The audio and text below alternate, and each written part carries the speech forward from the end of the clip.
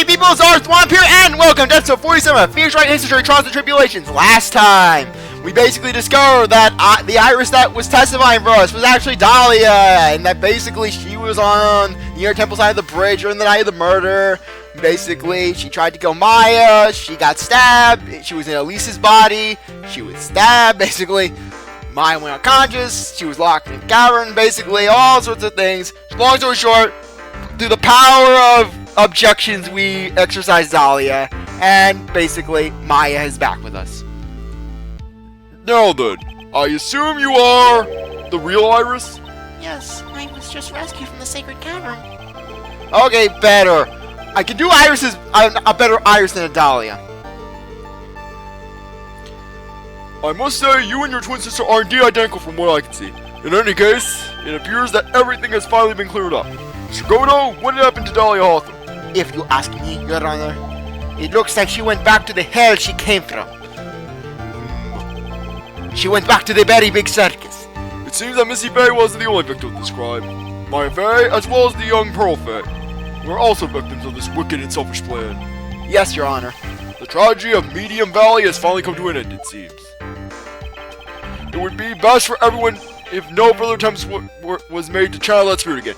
I love how the judge actually uses the obscure name that no one ever uses for Karain Village. Literally, Maya mentioned that name once in Justice for All. Like, in passing. Your Honor? Yes, what is it? About this whole spirit medium thing. It's almost weird how comfortable you seem to be with the concept now. You desensitized me, Mr. Wright. You've done this to me. Well, to be frank, my younger brother is quite judgmental. He often criticizes me for not studying hard enough. That's why I made a concerted effort to study up on the Karain channeling technique. Hey, isn't that the New Year's issue of Occult? I've seen quite a few things in my many years on the bench. And in all that time, I finally learned this one thing. Each case is different, and it takes place in its own world, if you will. In order to fully understand that world, first we have to immerse ourselves in it completely. And that's where my brother and I used to differ. I never thought of it that way. At any rate, it's time to pass judgment in the case of Iris of Hazakura Temple. Objection!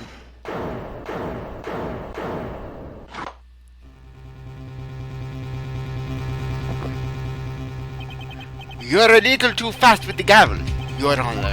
What do you mean by that, Mr. Godot? This trial, it isn't over yet. That's what he means. What? Right. Remember what Miss Evil Spirit said in her testimony? Huh? Dahlia's testimony? I caught up with her in front of the stone lantern, and I took out the dagger I got from the storeroom inn.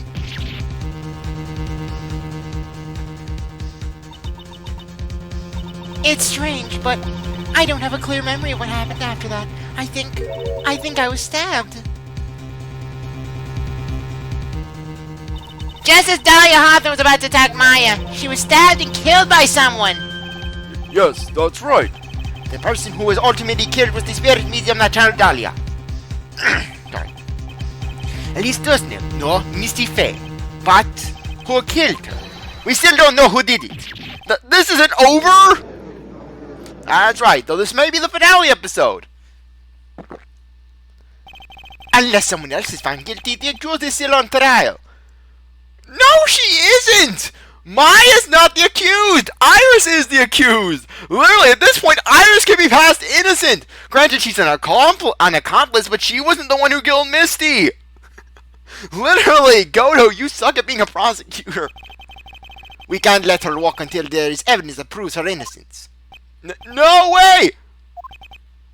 But this court isn't prepared for any further testimony. I am the court! The prosecution is ready to call a final witness. But final witness? What? Who will clear up this whole mystery. The mystery of who killed Misty Faye. Indeed. Is it really alright, Mr. Prosecutor? Come on, Diego! Why do you do this to me? Of course it's alright, Madam Attorney. Very well then. Who is this final witness? Ha! Isn't it obvious? There's only one person who saw the whole event and will put the final dagger in this case. Someone who saw the murder take place? The very person who saw her mother killed in front of her own eyes. You mean Maya? You can't! She can't testify what she's been through!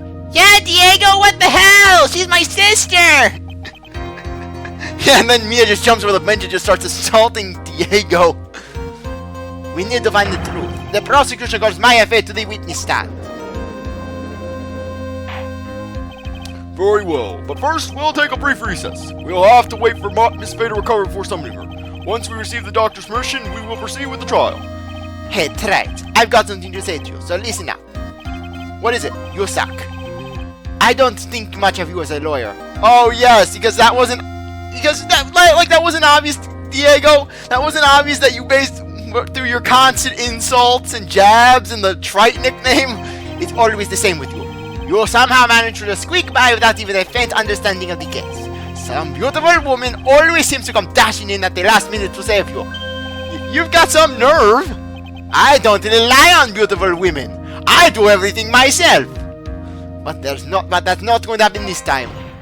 This time, you're going to have to do this by yourself. Why? What, are you going to just smack Mia out of her? I would exercise you with coffee, Mia. Out of her! Out! Vámonos! Rápido! Vámonos! That's enough. This court's now in recess. You can't tell me what to do, Diego! I'm not your house slave! Yes, you are. You are my woman. Now make me a sandwich. Back in the kitchen, chica. Godot.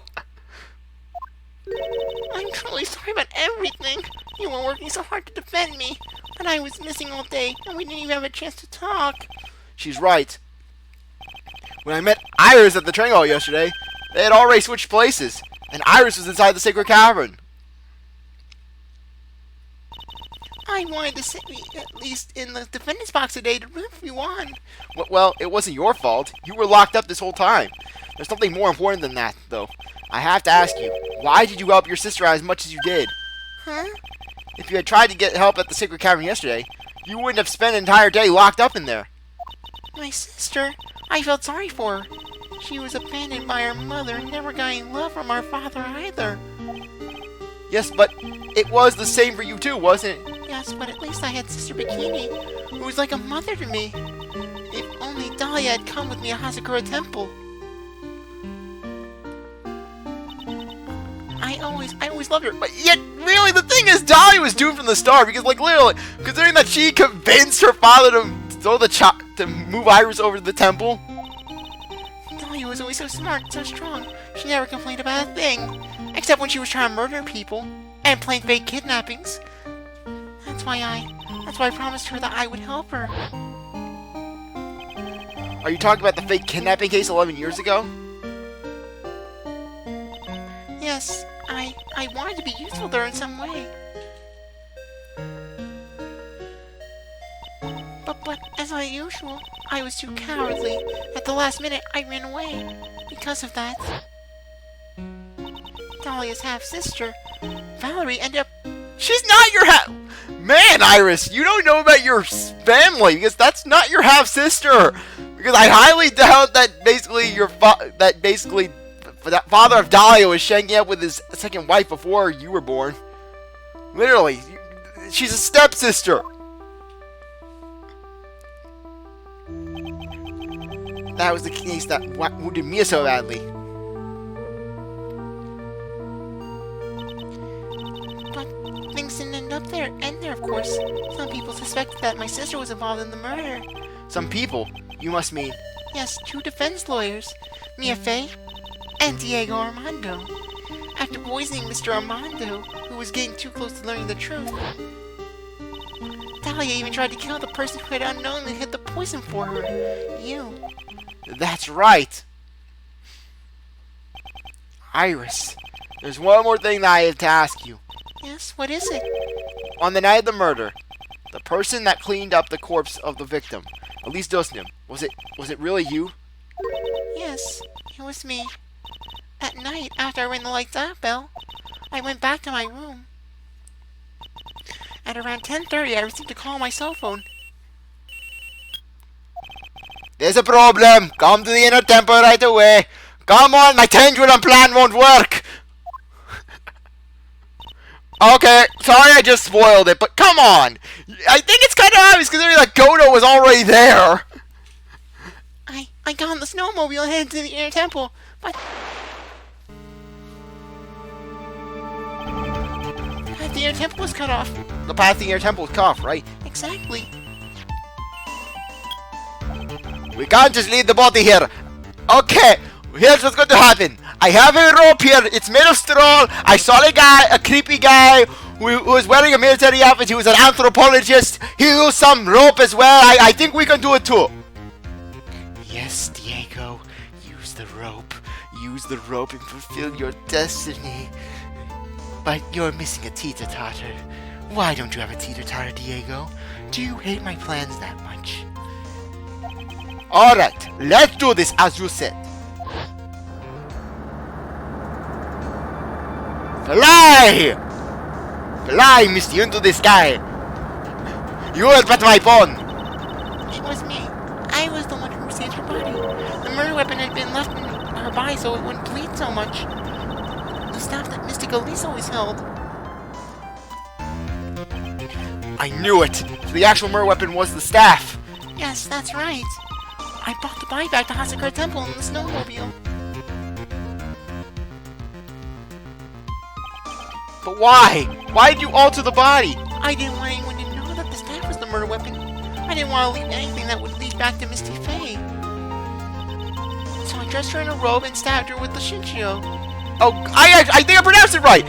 Yes, Green Sword in the finale episode. Yay! I wiped the blood off the staff's blade and left it next to her on the ground. Iris, just tell me one last thing. Tell me the name of the person that called your cell phone. The real killer. I'm sorry, Mr. Wright. I can't do it. I can't say who did it. I see. Defendant! Yes? The judge is calling you. He wants you to see you in his chambers. He has some questions about Dahlia Hawthorne. Alright. Well then, I'll see you later. And then the judge. So, Miss Iris, so can you tell me what was her panty size? I mean, what type of panties would she wear? Out of curiosity. I'm only asking out of reason for this case. There's something I want to tell you later. Oh, okay. Something else she wants to tell me. So it's true. Iris cooperated with the real killer. Maybe even from the very beginning. Phoenix! Mia. How is Maya doing? Physically, I'm not worried. She'll recover completely. But emotionally, she's been hurt very badly by this case. Damn you, Diego! You're ruining our lives! Diego, here's a noose! Hurry! I see. You don't mean she's learned who at least Justin really was?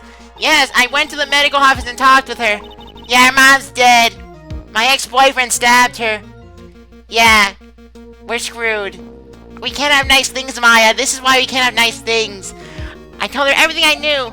But why? Maya's stronger than you think. I knew she could take it. All of it. What do you mean by that? I want you to figure that answer out by yourself. The trial is about to restart. The real killer. Do you know who it is yet? Iris wouldn't tell me who called her, but still, I think that just maybe I know who it was.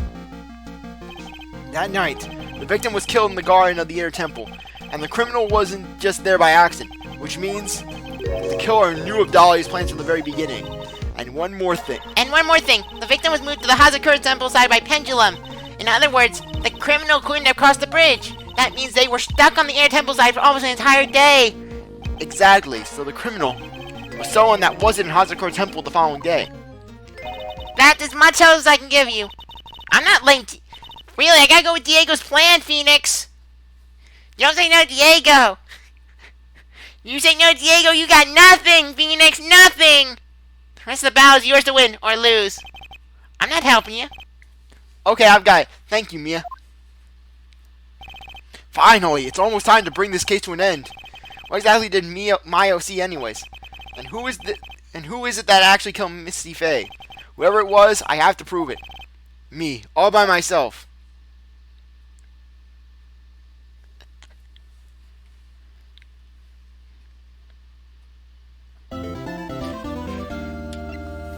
No, we're not saving. We're not saving yet. February 10th, 3:36 p.m. District Court, courtroom number 7. I was about to say 7. Oh, what the heck was that? Now then, before we proceed any further, I I'm going to announce the results of the tests we had performed earlier. Tests. Yes, tests. On the bloody dagger that was found stuck in the pine tree. Oh yeah, that! I totally forgot about it. That's the weapon that my FA used when she fought with the victim. So what are the results? Was it the victim's blood, or... Due to the time constraints, a full test was impossible. However, there's one thing we can say with certainty. The blood that was on the dagger was not the victim's blood. And it also had a bunch of coffee. It was laced with caffeine. That's all. Now then, let's restart this trial. So it wasn't Misty's blood on the dagger. Then whose was it? Dagger updated.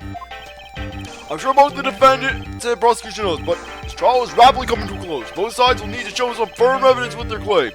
I understand, Your Honor. From what I've heard, the witness is dangerously weak, physically speaking. So, let's finish this quickly. Agreed.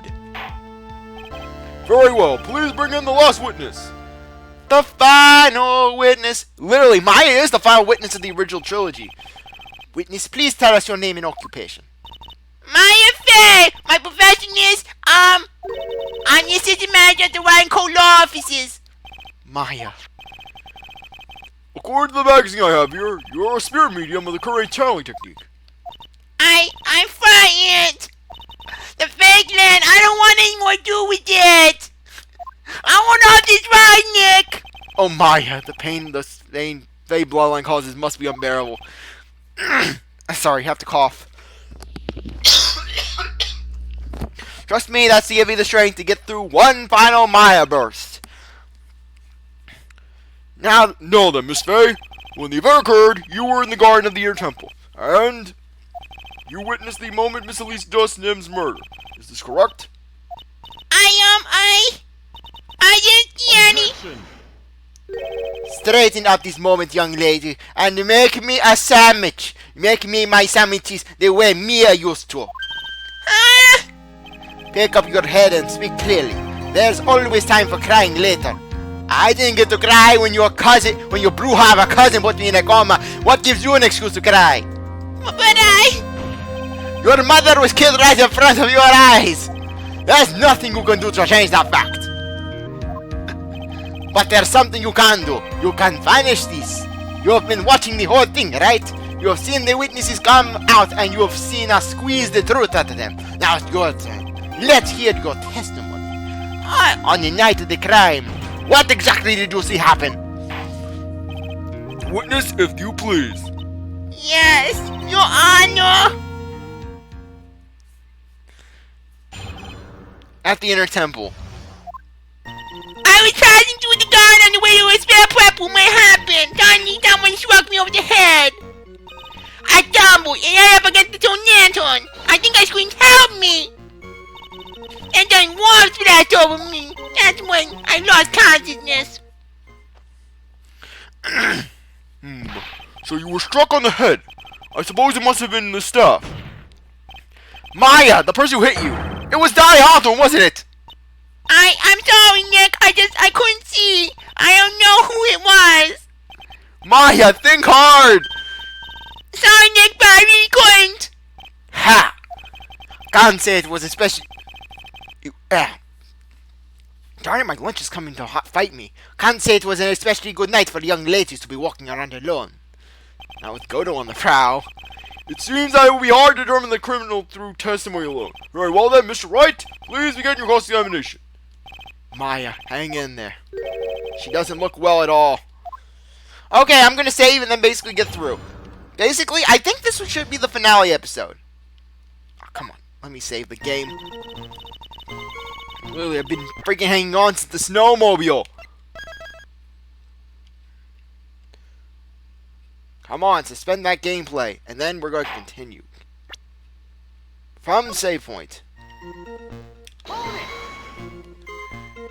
Who else was on the Inner Temple side that night?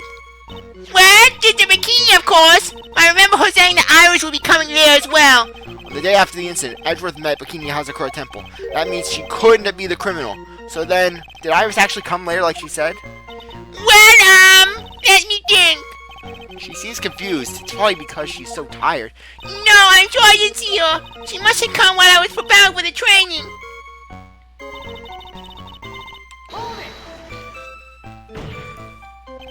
Who did it? Who hit you? Well,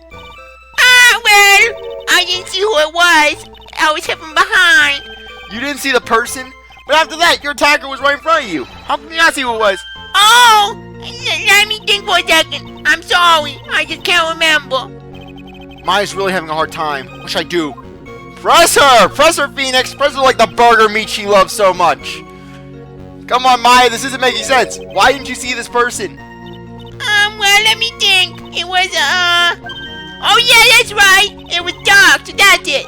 It was dark. It's not good to have too much play around with someone that's undergoing spiritual training. But come to think of it, there was early testimony to that effect as well. So it was dark in the garden on the night of the crime. Which is why she didn't see her attacker. I thought maybe she was trying to hide something, but I guess not. Judging by the testimony thus far, the identity of the attacker was most likely The spirit that was channeled by Elise Duster. Dahlia Hawthorne. very well. Please continue with your testimony. What happened after you were struck on the head?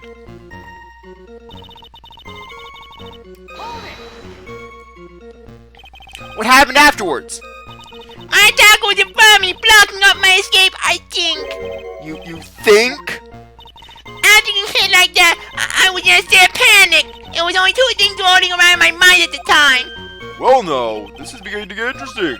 So what were the two things rolling around in your mind? My name is Maya Faye. 1 + 1 = 2. You see, for some crazy reason, I was afraid I was going to lose my memory. I wasn't going to be like that Wellington guy. Be like Lord Nick. I didn't want Wellington to win. Sorry. I know Dog is in my life with Ninja, but that's how it was. I'm sorry, the Maya voice kills me sometimes. That's not at all. Your actions are understandable given the circumstances. So, what did you do then?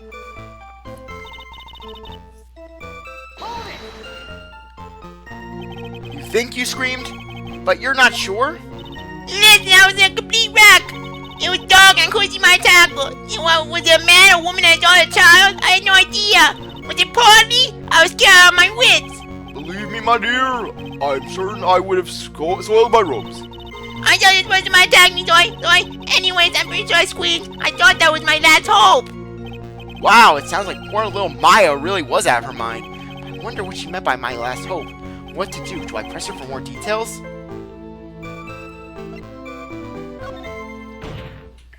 Wait a minute, Maya. What's this my last hope stuff? What do you mean by your last hope? No! That's what you said. You said my last hope. What? I said what? Look, you were facing an attacker that you couldn't see and you screamed, right? You screamed, "Help me!" Yeah. But you testified that you screamed that because you thought it was your last hope. Oh, well, you know, that's like what you do what you call it when that stuff happens. Maya's not doing so well up there. Oh, yeah, Oh, that's right. I remember now. I was facing my attacker, but that's not who I was screaming at. What'd you just say? Yeah, that's right. It was the person behind my attacker that I was yelling at. That's who I was screaming at for help.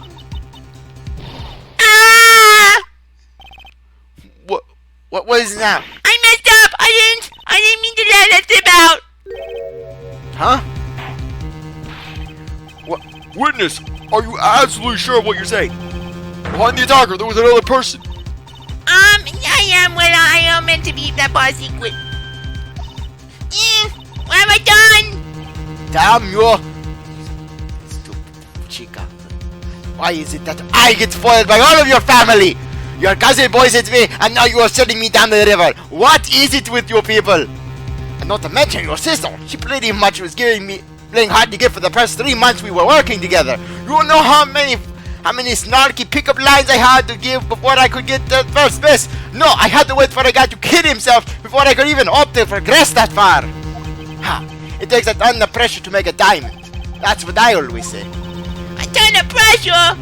You're in a court of law here. You can't make things up or try to hide things in this chamber. Unless, of course, you're trying to cover for me, which you're doing a crap job at.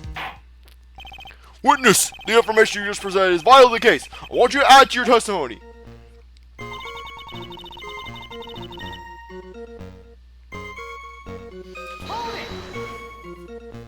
A man? Who was this man? Well, you see, I couldn't see. Couldn't see. She's using this excuse twice now. Well, you know, lantern light isn't very bright. Lantern light, did you say? There's a great big stone lantern in the garden. It was light when I glazed every train. Hey, you know what they say, under the lantern darkness reigns. So I couldn't see the person that was further away. But now my tackle was close. Lost than one of the other lights was in the garden at the time.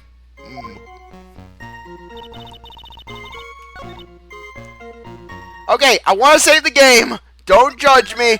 I know it's the lantern, but like I said, I don't know with this game half the time. I don't know with this game half the time what's going to happen. Anyways, let's do this. Let's keep going. It's like, how do you know? It's not simple. Was not lit the night of the crime. You lie, Maya. You lie. You're no different from your family, Maya. You lie. So there was a man standing behind your attacker. Yeah. That man, he's the killer. He stabbed her from behind. He's the one who killed Elise Dosnim, otherwise known as Misty Vey, your mother. The killer. Maya, you know who killed your mother, don't you? What is the meaning of this, Mr. Wright? To be frank, Your Honor, I think she is in shock and quite confused. That's why she hasn't noticed the huge problem with her testimony. Huh? What do you mean? Oh no! What problem? Oh no! Oh no! Nick's gonna get me! He's gonna turn me into the villain! I need a breakdown fast! Where are my burgers? Maya, on the night of the crime, that stone lantern was out of commission. Huh? What? It's true. There was no light anywhere in the garden that night. No! Order in the court! Mr. Godot, explain this! Add the pureness of milk to the perfect clear darkness of coffee, sir. Sir, that is the state of the witness's mind right now. A cup of cafe au lait. Cafe au lait? Is that even legal? Coffee with milk, Your Honor. Mr. Tright's words are the milk and you are the spoon, Your Honor. I'm a spoon? I'm no sweet bar, I'll have you know. You must have noticed it too, Trite. This witness's mental state is highly unstable right now. It's not hard to understand why she would make a little mistake like that.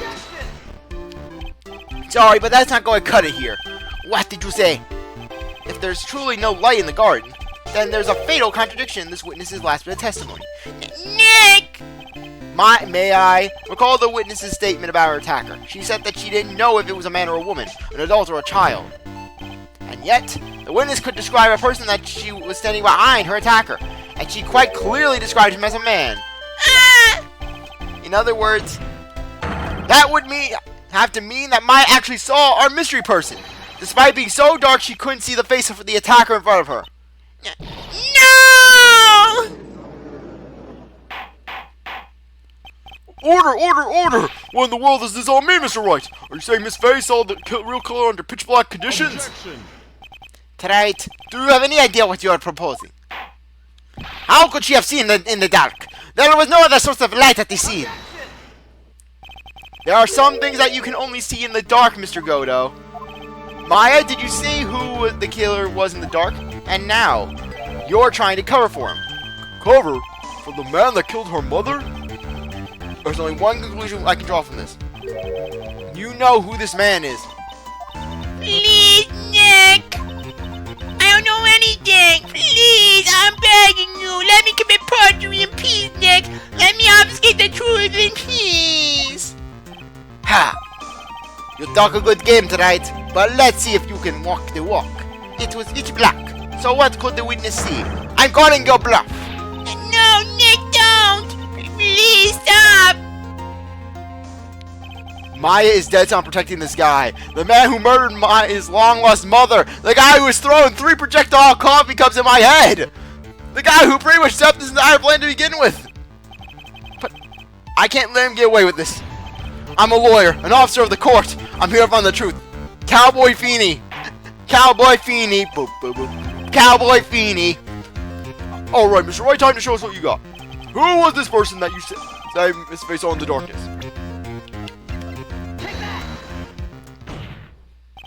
Because it was pitch black, Miss Faye was able to recognize the killer easily. I'm sure the court would like to see for itself how this is possible, yes? What? But how do you propose to show something like that? It's easy. We just need to recreate the conditions of that night. Conditions? Your Honor, the defense officially requests that all the lights in this courtroom be turned off.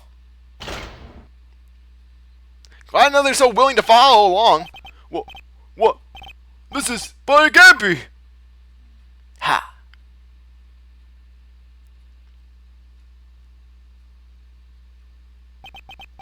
That was a nice bit of deduction. Right.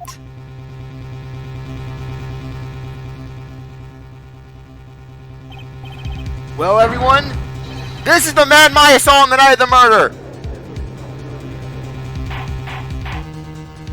Order! Prosecutor Godot, what is the meaning of this? Surely you must be shocked to hear yourself accused of such a thing. Why aren't you denying it? Ha. Your Honor, you're asking the wrong person. CzarThwomp has to call. Okay. What do you mean by that? If you got a question, ask the witness. That's one of my rules. Well, Maya, how about it? What you saw that night? Was it 3 glowing red lights? Well, witness, answer the question.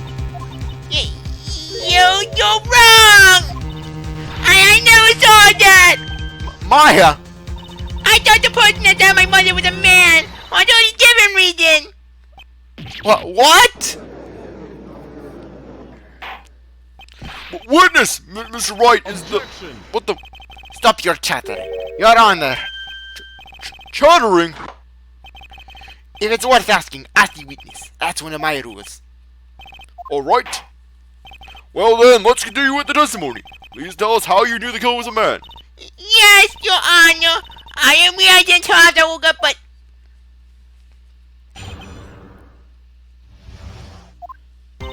When I came to, I was just lying on the training hall floor. By the time I got back to the garden, the place had already changed. The torches were lit and the body was gone. In order to store around the cylinder, be carefully cleaned up too. And the button all that work alone, I just assumed it was a man. So it was after the crime took place that the witness came to think that the killer was a man. Yeah, that's right. I'm sorry, Your Honor. No need to apologize, it's as Mr. Godot said, you're utterly exhausted. It's only natural that you would be a little confused. Also, if you consider the situation you described, it doesn't seem too much of a stretch to assume that the criminal was a man. Mr. Wright, proceed with your cross-examination. Killer.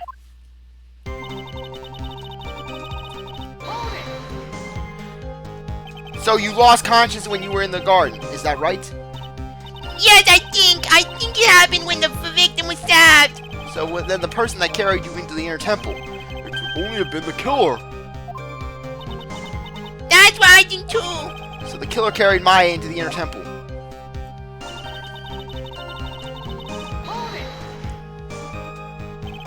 Actually, the killer must have done it, right?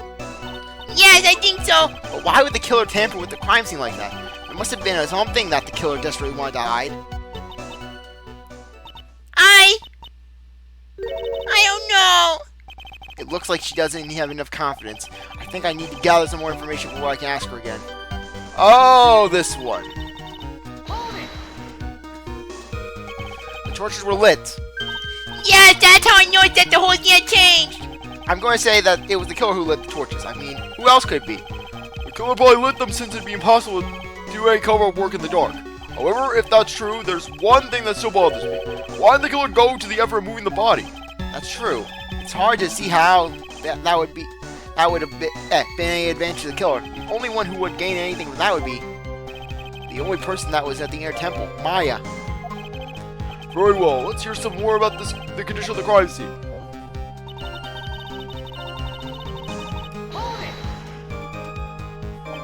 So you're saying the killer cleaned up the snow? It did look really odd.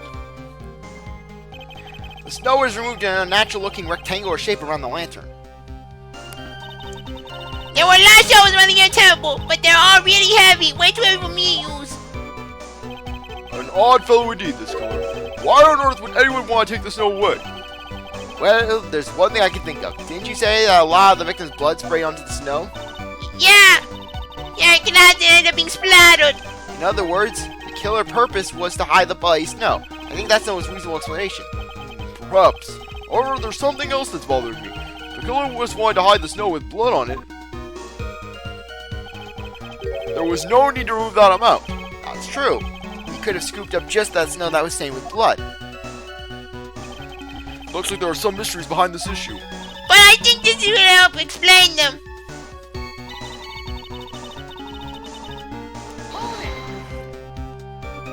So, you're saying that you never saw the killer, right? Yes! But earlier, you very clearly say that you saw a man behind your attacker. Nick, I'm sorry. The killer certainly went through a lot of trouble, moving the body by pendulum, manipulating the crime scene. But for what purpose? Why did they do all that? Maybe Maya knows more than she's letting on.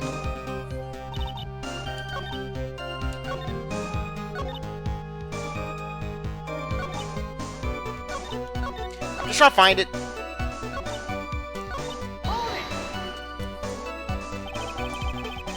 Actually, the killer must have died, right? Yep, here we go. Yes, I think so. But why would the killer tamper with the crime scene like that? There must have been something that the killer desperately wanted to hide. The truth is, when I saw the crime scene, I felt something. You did. Yes, I felt like the killer was hiding the evidence for me, for my sake. What? Hiding it for you? Everyone knew that I was the only one at the inner temple that night. Instead of Bikini had come back and looked at the gun. She may have thought that you had done it. No, she definitely would have thought so. And you're saying that this is why the killer cleaned up the crime scene to make it look like nothing had happened.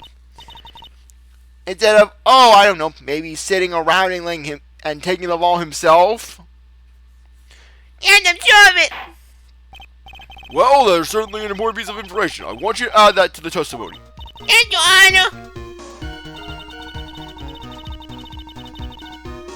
I want to save the game because I know it's a lantern, but I want to make sure because I'm not going to lose progress. I'm not losing progress. Not during the finale episode. Not when I'm so close to getting this done. There we go. Yeah, when I'm overly cautious, I somehow managed to get everything. The body of Elise Dustin was carried all the way to the Hazakura Temple's courtyard. Then at the garden, the real scene of the crime. The snow that we suspect was covering was covered in blood was scooped up and removed. It's reasonable to believe all this was done in an attempt to hide the true crime scene. However, there's still one matter that still seems somewhat odd.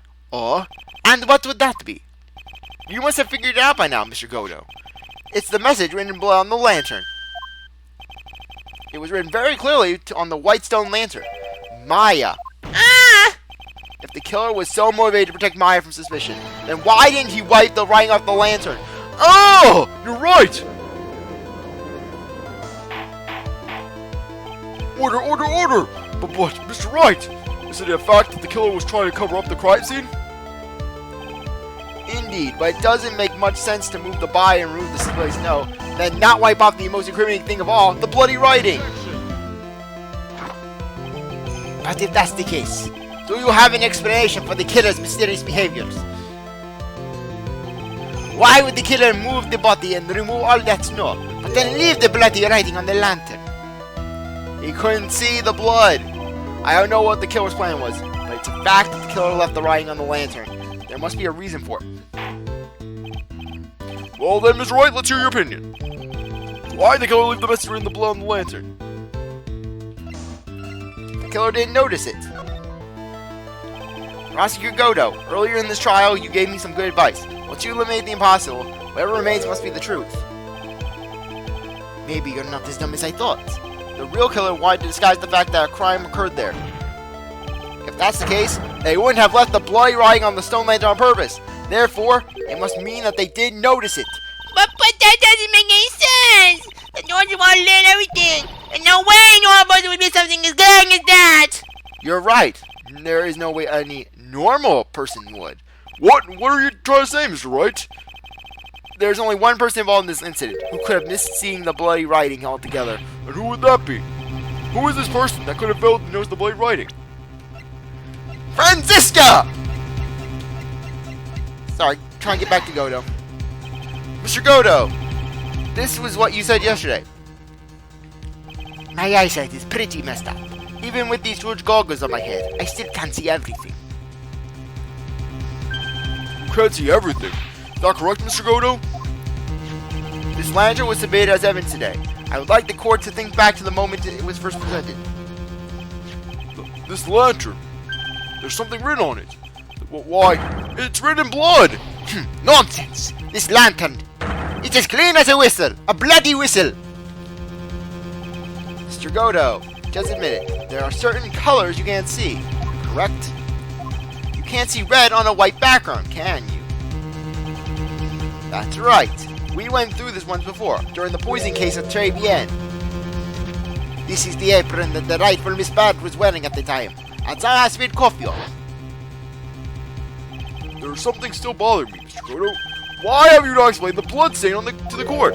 Bloodstain? What bloodstain would that be? Don't play games, prosecutor. The blood-colored stain that's smeared all over the apron.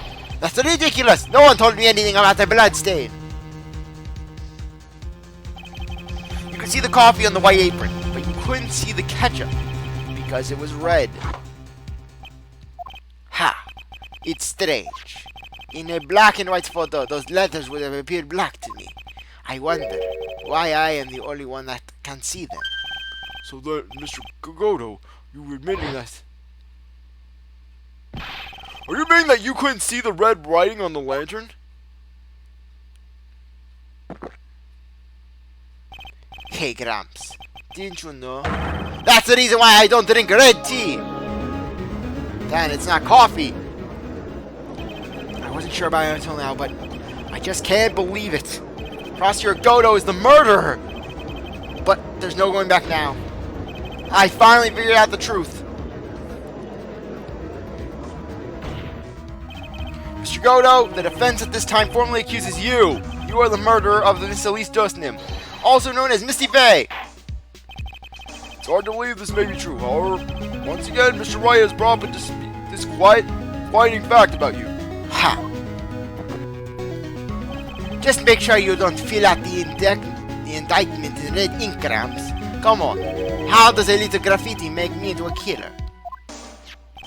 Besides, it's not like it's my name that's written there. I'm certain that the killer wasn't able to see the color red. This is it. Go on, do go on tonight. The answer's right there at the crime scene. In the snow. The snow? How so? Well, for example, why did the killer move all that snow? Your Honor, you say it yourself. If they wanted to hide the bloody snow, why not take out just that area? Yes, why didn't they just take out that area? Oh! Could it be? Yes, the killer couldn't see the red bloodstain that had seeped into the snow, and so he had to remove all of the snow. He couldn't be sure of where the blood had landed, so he had to remove the whole area. Isn't it more likely that the killer couldn't see the blood because it was dark? Not a chance. The torches were all lit. They would have been able to see fine. It seems that once again this trial has taken an unexpected turn, to say the least. Can you explain this, Mr. Godot?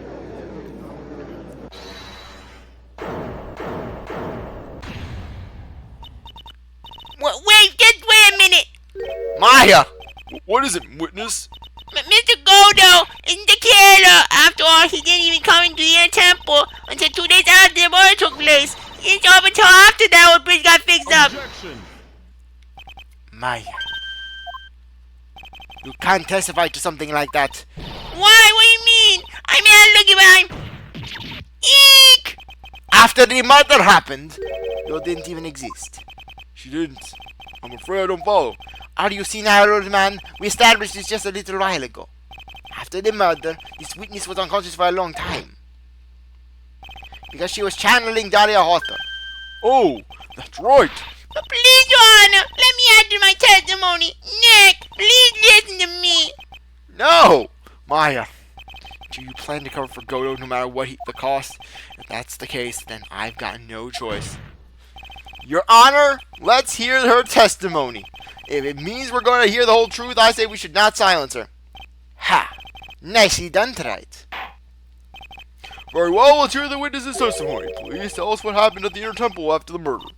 Yes, sir. After I woke up and began channeling in this, my spirit left me, as it were. That little girl was at the inner temple too. Man, my way just diss Pearly. Pearly's that girl, Nick. He's a stranger to me now. After the incident.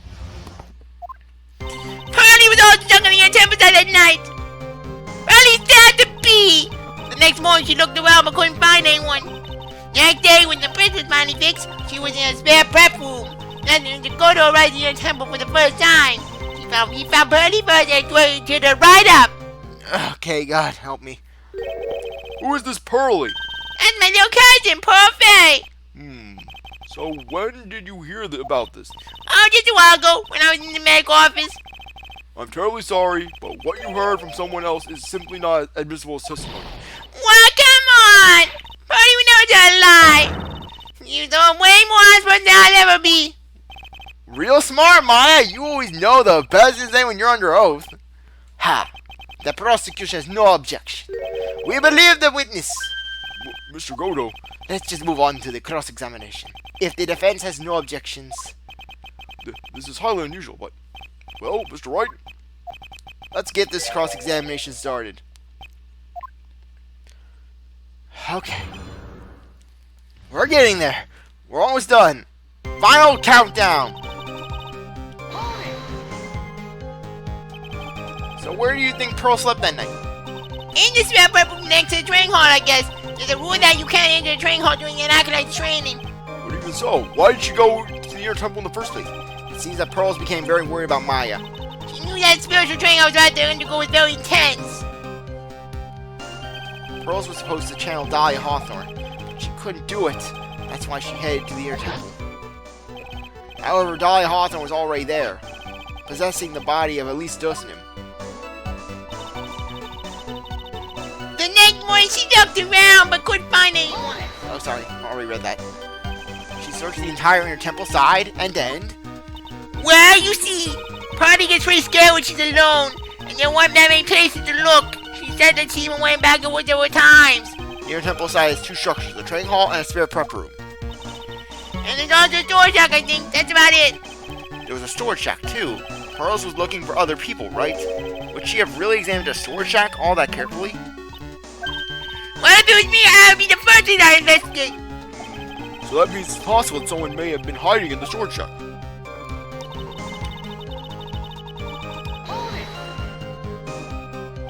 Pearls didn't hear the sound of them working on the bridge. What do you mean? I was just wondering why she would stay in the prep room. If it were me, I'd at least go out and wait at the foot of the bridge. Oh, well, Party said she was sleeping at that time.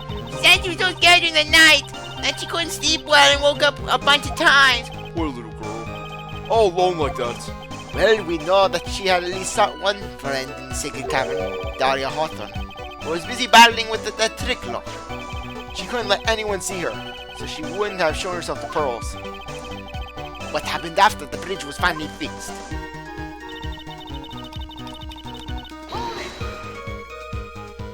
So it was your first time on the inner temple side, Mr. Godot? That's funny. Am I imagining things, or did the defense ask me a question? Mr. Wright, please save your questions for the witness. What you heard from someone else is simply not admissible as testimony. Those are your words, Your Honor. Touche, Mr. Wright. Touche. Oh well, what do you have to say, Mr. Godot? Hot nights and even hotter coffee. That's what I always say. If I hadn't been there, if it hadn't been for this case, I would have never even visited there.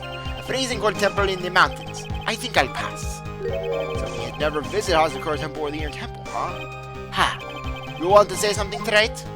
In any case, I have to find a crack in Godot's armor. Well, I cross-examined Maya, that is. Very well, please go on with your testimony. Fixing the bridge, the policeman came over the inner temple side, right? Yes, I'm Mr. Godot.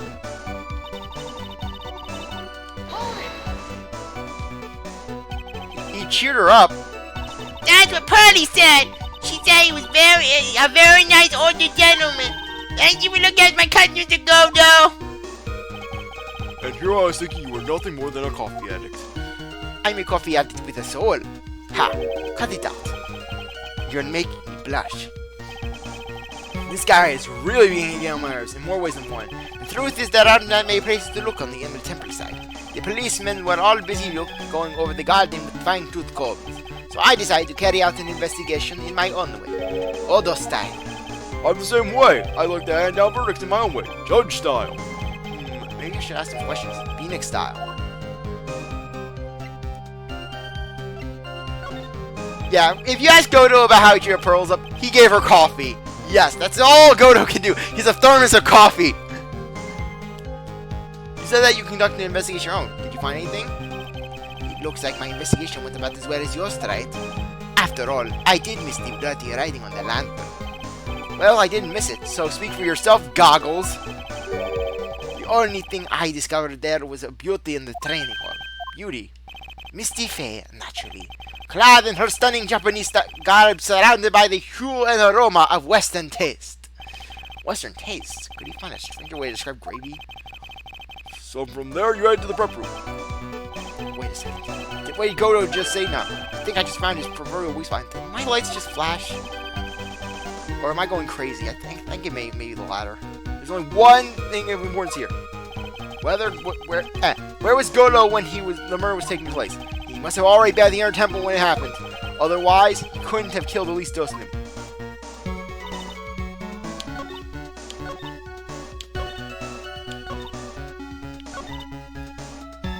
Okay, I'm going to save the game. Because I know for a fact you gotta present the scroll. Gotta present the scroll, but yes. Because I don't know anyone with this game. Thank you! Mr. Godot, the first time you crossed the Dusky Bridge and went into the Inner Temple was long before the murder took place. Why you say that? Because he just made one fatal slip-up. The hanging scroll in the training hall. Hanging scroll? But, Mr. Gore is right. The scroll shows a picture of my mother. Maya, I know you know who it is, but there's something you didn't know.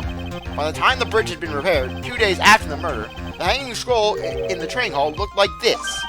Whoa, what's that wonderfully delicious smell? The morning after the crime, someone covered it with gravy. Gravy? Well, why gravy, Nick? Because gravy was much more than a condiment to the culprit. Well, Mr. Godot, if you really hadn't seen the hanging scroll until after the murder, you wouldn't have any idea of knowing that it was Misty Faye. Wait a minute, Nick. Yes? Take it and look at the hanging scroll. Look at the top. There's a crest there. Ah, that. It's the mark of the master, correct? Exactly. So if you know the meaning of the mark. You could guess it was a picture of Misty Faye on there. True, but Mr. Godot described what was underneath like this. Clad in her stunning Japanese garb surrounded by the hue and aroma of Western taste. Oh. Yes, it's possible that he knew what the crest meant. However, he couldn't have known that she was wearing Japanese clothing. Mr. Godot, on the day of the murder, you were hiding at the Inner Temple long before the crime took place. I was hiding under the mats. I was like a ninja. I was clad in the mats. They were one with me. Can I ask you just one little thing tonight? What is it? This old theory of yours. It's all rests on a certain assumption. That I knew beforehand that a crime was going to be committed. That's right. Otherwise, there's no reason for him to sneak out onto the crime scene. Of course Mr. Godot knew about the plan. Huh? What do you say? Really possible that another person knew the plan? Simple. Opened once before. This crime was actually planned over a year ago. Morgan Faye authored the plan for her daughter's future, and these instructions were hidden somewhere in Faye Manor for a year. However, by the time Little Pearls found these instructions, they had already been unsealed. Unsealed? Yes, the killer had read these instructions long before Pearls even found them. That's how he knew the crime was to take place at the Inner Temple, and that's why he didn't even burn. That's why he didn't even stop the plan. He just let it go on. And you're saying this crafty killer is me? You bet I am. But you just said that the instructions were hidden. That's right. Mr. Godot couldn't have known where the instructions were hidden. If he really wanted to know, he had one great chance to find out. Yes, and when was that? During a visit. A visit? Morgan Faye told her daughter, Pearl, about where the instructions were hidden. During one of her visits to the detention center. That would be the only time for someone to have learned where they were hidden. Eavesdropping on a visit at the detention center? Yes, it could be arranged if you were someone with easy access in and out of there. Like, for example, a prosecutor such as Mr. Godot.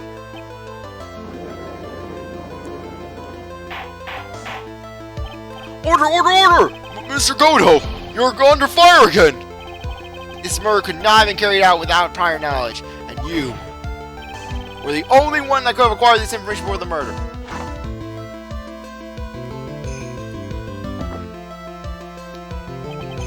Humans are afraid of the dark, and yet, at the same time, we're fascinated and bewitched by it. Maybe that's why humans drink the darkness that is coffee. Sorry for always asking, but what does that mean? It means there's a reason for everything. According to your theory, the killer in this case is Wright. On a conversation during a jail visit where he learned of the hidden crime for the crime. What is wrong with CzarThwomp? After discovering the plan, he hid in the inner temple and waited for the crime to occur. Then he ultimately took a person's life. And he did all of that just to protect his witness. That's right. If you're accusing me of this crime, I have to ask you, why would I do this? This girl is nothing but a stranger to me. Damn it, Diego! Did our relationship mean nothing to you? Darn you, Diego! I have no reason to go through that kind of trouble to protect her. I am what you see. I am certainly not the type to rescue a damsel in distress. Killer's behavior is certainly extreme, for a lack of a better word. Even considering that the killer wanted to protect his witness's life, his behavior is still a little too unnatural. However, you had a good reason, didn't you, Mr. Godot? An unshakable reason that forced you to protect this witness at all costs. I knew it! You figured it out, haven't you, Nick? Maya, I guess you were doing your best to cover for Godot. For the same reason, huh?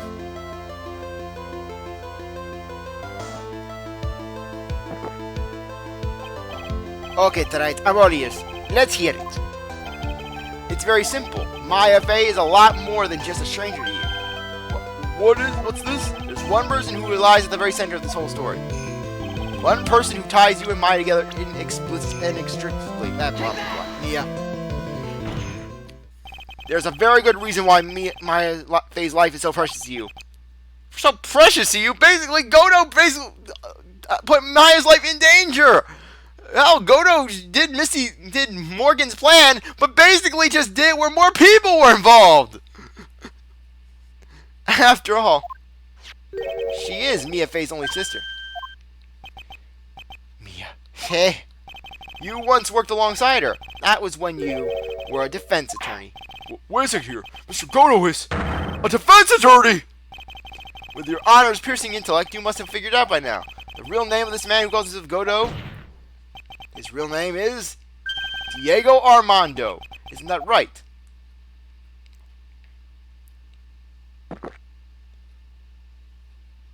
The last time someone called me by that name was over 6 years ago. Diego Armando. That name rings a bell. I penalized you about 5 times in one trial. It should, Your Honor. All of this is related to a single case. A case in which a convict named Terry Falls killed himself.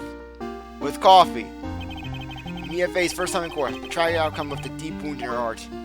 She knew that behind it all was a heartless, scheming demoness in disguise. But in the end, Mia couldn't tear off that disguise. However, there was one man who reached out to help her. Diego Armando, a senior defense lawyer at the office where Mia worked. It's my fault! It's all my fault that Mr. Falls killed himself! I'm too powerful in my abilities! Mia, you can't cry yet. Look at me, I'm not crying and I just cut my hand. The only time a lawyer can cry is when it's all over. I was moved by her, the way she put all her faith in her clients, that pure sweetheart of hers. That's why I could never forgive Dahlia Hawthorne. Me and I thoroughly investigated that fake kidnapping incident. Then one fateful day, Dahlia wanted to meet with me, and I went along with it. I was like, what the hell, I know she kills people, and I went with it. I knew she used poison, so I put my coffee out for her, and I was drinking freely. I couldn't have restrained myself for 5 minutes. No. I had to do it. It had been been 6 months since the trial. We met in the courthouse cafeteria. Ah, I just remembered. 6 years ago, right in this where you were poisoned. Even I didn't see it coming. Even though I knew her methods, and the fact that someone used my coffee before to poison him to kill himself. Dahlia Hawthorne slipped some poison into my coffee. Some newspapers at the time called it a murder, but very little information about the case was released to the press. But you weren't dead after all. No official reports ever called it a murder. I was just in a deep coma. I see. My body shut down, and my life became nothing but a long, deep sleep. That woman's poison did a real number on my central nervous system. I lost my sight, and all of my hair turned white due to the damage it caused. That's terrible! Apparently, it was a miracle that I even regained consciousness. 5 years had passed since I drank that poison brew. 5 or 6, what is it, Godot? Then one morning, my eyes flew open from the smell of a doctor's cup of coffee. But 5 years? You were asleep for 5 years? And the worst possible news was waiting for me. Mia Fey was dead. From the very moment I opened my eyes, I had already lost everything I thought I had. The woman I loved had been murdered, and the woman I loved had been sentenced to her death. The woman you loved? The woman who had spiked my scalding hot coffee. Dahlia Hawthorne!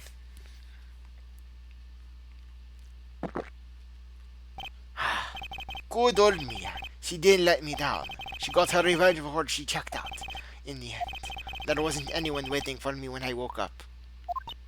That's so sad! For someone like me, for someone who had slept away their best days, there were only 2 reasons left to live. And it was for those 2 reasons that I decided to become a prosecutor. If I may ask, what were your 2 reasons to live? The first was do it right. Huh? Me? If I hadn't drank that stupid poison, Mia never would have died, much less in the way she did. What the thing is with Godot?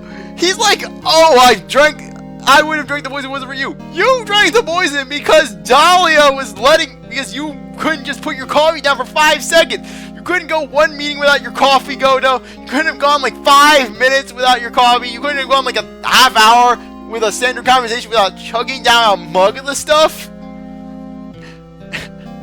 Oh, and then things get even more absurd when you realize it. The thing is with Godot, he's one of those characters in the fanbase where basically just a lot of people tend to paint him as this tragic, sympathetic villain, when in all actuality, like, sure, there are some tragic elements to Godot's story. I will admit, there are tragic elements. However, the thing is, Godot is no saint. You were the one who was there to protect, but you let her die. It was all your fault. Phoenix wasn't even in the same room. Hell, Maya got there before Phoenix did. You're not blaming Maya. It wasn't like that. I wanted to see for myself what kind of man you really were. So that's why you became a prosecutor? I had a reason for leaving. She goes by the name of Maya Fey. You mean me? You are the only way I could make up for the sin of not saving Mia. 1 year ago, when the current village incident was resolved, it was obvious that Morgan Fey was planning something. She basically had monologues in the dark. It was creepy. Whatever her evil plan was, I was determined to stop it. My role as a prosecutor put me in the perfect position to do something about her. That's how you overheard Pearl's visit with Morgan at the detention center. I knew that the time was drawing near. Since I knew the plan, I thought I could foil it. My goal was to outwit the plan. I thought if I could do that, I could keep that girl from being caught up in it. That makes sense. If Pearl had known that the actual purpose of the plan was to kill Maya, she never would have helped out. Finally, the day of the plan was drawing near. I contacted both my accomplices. Iris of Hazakura Temple and Misty Fey. I especially need the help of Iris. She was to take the fall in my backup plan in case we couldn't control Pearl Fey. Yes, beautiful. Just go to. I will show you down the river. Oh, but that's not it. How'd you call her my mother? She had been missing for almost 20 years. Officially, yes. What? What do you mean officially? You heard about it, haven't you? About the strong ties between the main family and the government? Now that you mention it, she did say something to that effect. She said that the Master Karain had great authority. Even without her official position, Misty Faye was still with a great influence. The police had been keeping an eye on her movements all this time. Okay, and here's the biggest crux of the thing. Godot's plan! Godot's master plan was essentially to kill Mia's mother. Maya's mother. Basically, don't try to make it up to Maya by trying to reunite her with her mother. Fulfill Mia's goal of basically bringing Misty back. What she died for. No. Your plan was to call Misty Faye in just to kill her in front of Maya. And then Godot goes on to just start blaming Maya for it. Literally. Just like instead of just speaking up and just revealing the truth of the case, he's like, oh no, Maya, she killed her mother. It was evil. Like, really? Yeah, because that's really avenging Mia. That's avenging Mia, alright. Kill her mother, the reason why she became a defensive attorney in the first place, and then try to frame her sister for murder. Literally, even when Maya was on the stand, Godot, he's not even trying to stop it. He's like, let it go on. Oh, and then we get to Misty. We're sure Misty's not as evil as, say, like Morgan. Misty's still kind of screwed up in that basically she doesn't come to back to her daughter when, oh, DL6 has been solved. My reputation has been restored. I'll go back. No. Basically, Misty, not at any point, Misty doesn't go back. Hell, did Misty even hear that her sister was busted? Like, I mean, you'd think that Misty would at least try to keep tabs on her village and would know that Morgan got busted, in which case, don't go back to, like, to visit and Maya was trained for murder. No, don't go back for that. Oh, and by the way, Maya was blamed for Mia's murder. And mind you, Edward was prosecuting the case, so chances are it had some national clout. But yet Misty, she doesn't go to come to mourn for Mia or come for Maya. No, just stay hid. But yet Godot, he makes one phone call, and Misty's going out with this sword, with her sword staff. What the heck? And then basically Misty, like, doesn't even think to tell Maya, oh, hey, I'm your mom. No, just gotta engage in death plots. That's how I was able to contact her. Again, because of my position as a prosecutor. I didn't think to read my... No, my mother was cooperating, and why'd you bring home to me? Why did you do this? Don't ever forget. No matter how far away from you she was, she never stopped thinking about you. She was always... That's why I knew she would do anything to protect you. If you want to know how strong her resolve to protect you is, look at her staff. Her staff, the one the sword in? The day the plan was to be carried out, she arrived sooner. We met for the first time at Hazakura Temple. That's when your mother showed me her special gift. I realized it then, just how far she was willing to go. She was ready to use that sword to protect you from Morgan Faye if necessary. Yes, even if it meant paying the ultimate price. Maya! Oh yes, because, like, the philosophy! Have it where just... Yeah, so basically, if Pearl and Dahlia, Godot and Missy would have just started stabbing a 9-year-old. Yes, that is the philosophy of the Faye family. Just, Morgan. Yeah, just Missy. Okay, I'm gonna stab my 9-year-old niece who did absolutely nothing wrong. And then Morgan, she's just in jail flipping Misty the... Yeah, Misty then goes to jail. Hey, Morgan, guess what? Stabbed your daughter. Up yours, B. And then just Misty, she has 2 middle fingers up in the air like, I don't care. And then Morgan's giving her the pupilless death stare. Mother! That night, the night of the crime, there was just one way to stop Morgan's evil plan. And it wasn't to prevent her plan by destroying the Return in the first place. Oh, no, that would have made sense. I had to do it the convoluted way and involve Maya risking her life. As well as her. You mean Pearls, don't you? We had to make sure she didn't channel Dahlia Halter. Well, Pearl, what are you gonna do tonight? Well, if you'd like, you can come to my room. Perhaps we can read some books together. We thought we could prevent her from playing her part in Morgan's plan. Or better yet, get Maya's mind off of the training session by just sending Misty over to the office saying, hey, I'm your mother. I think that would have distracted Maya. It would have made her not want to go to the temple in the first place. But she never showed up. She was worried and followed me to the inner temple. That was the thing we were most afraid of. And that's why Misty Faye had to do the channeling herself. She channeled Dahlia Hawthorne into her own body. What do you mean? If she channeled the spirit first, then Pearls would be able to do it herself. As Master of Karain, Misty Faye's power was supreme, so that's how it went down. She channeled Dahlia Hawthorne so that Pearl Faye wouldn't be able to. What? What? Is this true? My role in the plan was to make sure no one was going to hurt Maya Faye. By enabling a situation in which people could hurt Maya Faye. Well, like I said, as you can tell, I am not so fond of Godot's plan. Literally. But Godot's not, but before you start thinking I hate Godot, no, I don't hate him as a character. Because I'm going to say that Godot is just really mentally ill, really. Because I'm sure that the poison did a lot to his sense of judgment. And just really threw him out of whack. I mean, if it messed up his if the poison messed up his vision and his hair, what else could it have done to him? But there's one prosecutor in the series, a prosecutor who is even worse, a prosecutor who is even less redeemable. And whether or not I do a playthrough with his featured game, his debut game, it all depends on whether or not I can record 3DS software at a future point in time. That's why I hid myself at the inner temple, just in case you needed to be safe from Dahlia Hawthorne. Godot. Anyways, that's all I'm going to admit to tonight. Huh? You're mean to the rest of it. You're saying the grand plan, but yet you can't say, oh, and I also killed Misty Faye. Sorry about that.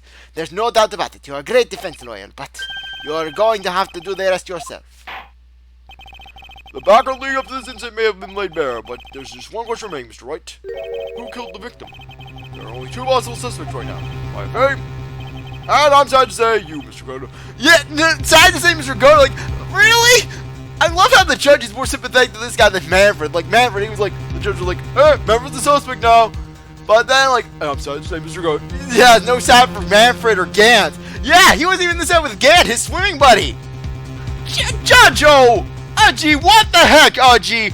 Doesn't our relationship mean anything to you, Aji?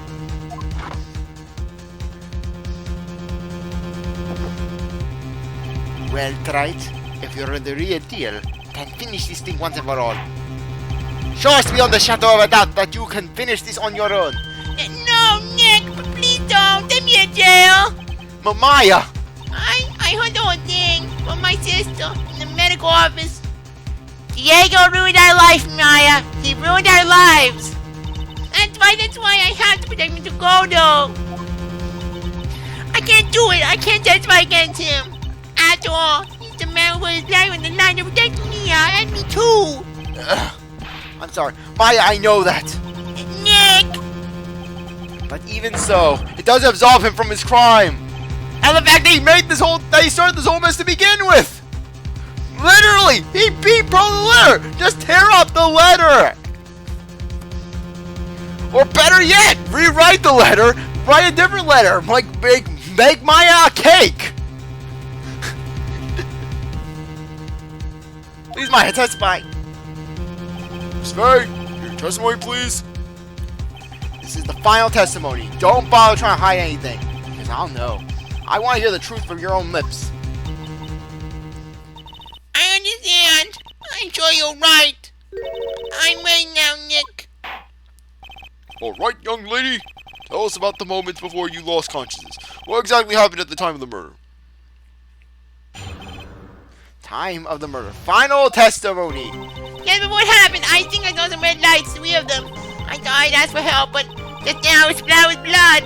She was dead, though, and she struck back at the enemy behind her. Suddenly, the red lights went out and the whole area was dark. In that moment, there was a horrible scream. Like that. Dahlia collapsed and lost consciousness. These red lights. I thought you said you didn't remember seeing them. I'm sorry. I thought I saw them, but I didn't. They disappear all of a sudden. Ha! Things break, right? Even the best of theories. Who was it that stabbed Missy Faye? It looks like you still can't prove it. He's telling the truth this time. I know it. The rest is up to me.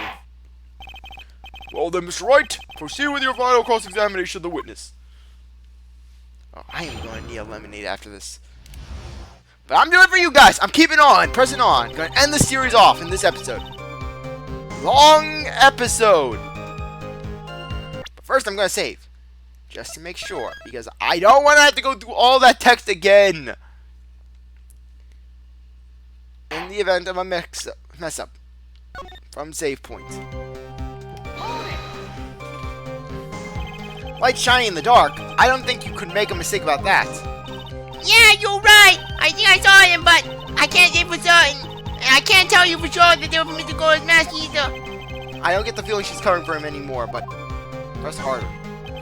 Just after that, you turned towards the light and called for help. Isn't that because you thought the lights were coming from Mr. Godot's mask?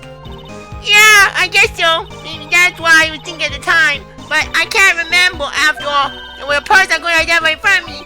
His life was in terrible danger at the time. There's no way she could remember the details of the scene perfectly. Alright then, let's go on with the testimony. What'd you do when you saw the red lights?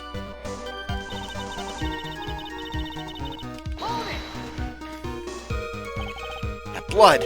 Was it Dahlia Hawthorne's blood? I think so, probably. Just at that moment, I heard a soft scream that seemed to be close by. It was a woman's voice. So that was when the killer stabbed the victim from behind with the murder weapon. Is that right? Without a doubt, Maya was in the middle of a really dangerous situation. Anyways, the victim was stabbed by the murder weapon. What happened after that?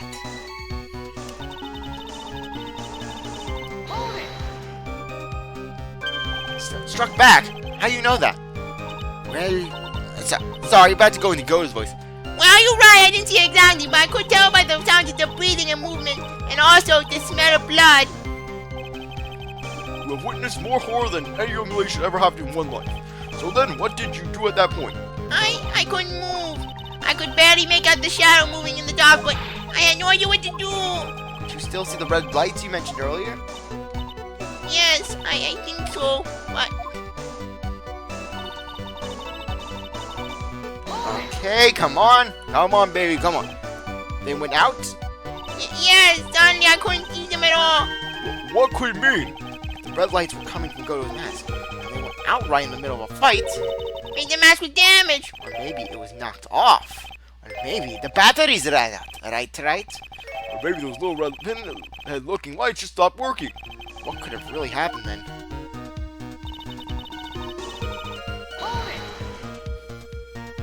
What did you mean by just at that moment? Do you mean the moment when the lights went out?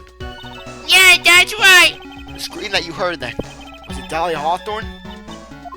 I don't think so. I'm pretty sure it was a man's voice. What? What? So then, that scream came from the killer. That's gotta be it. I think Dahlia Hawthorne must have taken the blade and attacked the killer with it. And then the killer let out a scream in pain, huh? After that, the killer stole the blade back and delivered the final blow, I guess. Well, Mr. Wright, it seems to make sense to me now. It sounds like a reasonable deduction, but I still kind of wonder. It's a contradiction. I'm sorry to say this. That interpretation would create an enormous contradiction. That makes sense. After all, my deductions are almost certainly never correct. Remember the testimony she gave before the killer let out a scream. Maya said she had already been splattered by the victim's blood. In other words, the blade in the stabs had already been plunged into the victim. Ah! Is that right? She couldn't have struck back with a sword that was already stuck in her body. That weapon that had caused the killer to let out a scream must have been something other than the staff. Now we're gonna get to the dagger. If you're so sure about that, then don't keep us waiting any longer, Wright. There's only one thing I can think of that could have been used as the weapon here. If Dahlia Hawthorne had already been stabbed in the back with the staff, what could she have used to strike back at the killer?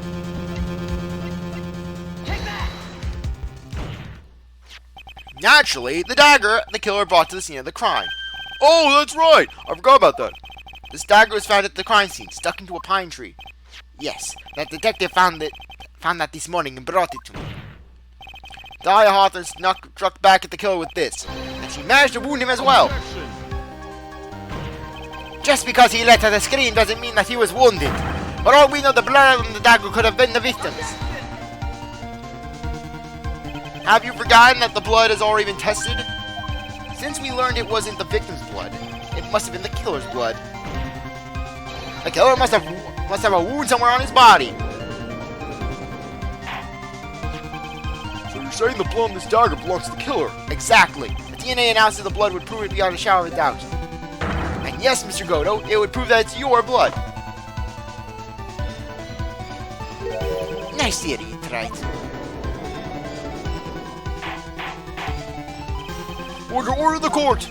Is this the end? Have I done it? Even he won't be able to change the results of a scientific test. Don't underestimate the prosecutor's office, Phoenix. Ha! Let me ask you something, Wright. Let's just say that turned out that I was the killer. Do you really think I would be stupid enough to leave evidence like that?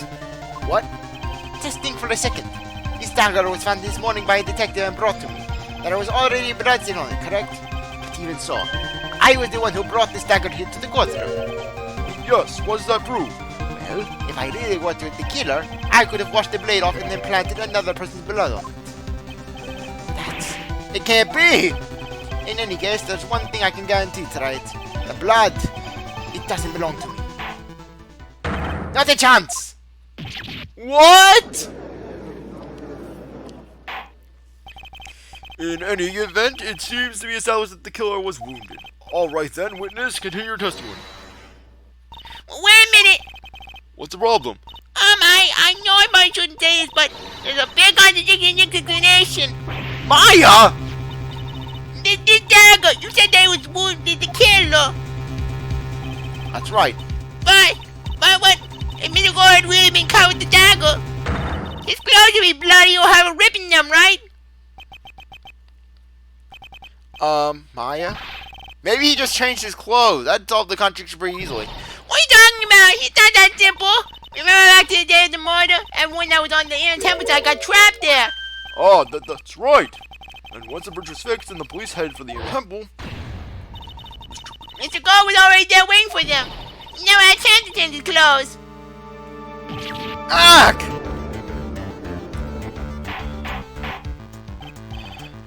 order the court. What the witness says is... Well, maybe he brought the change of clothes with him.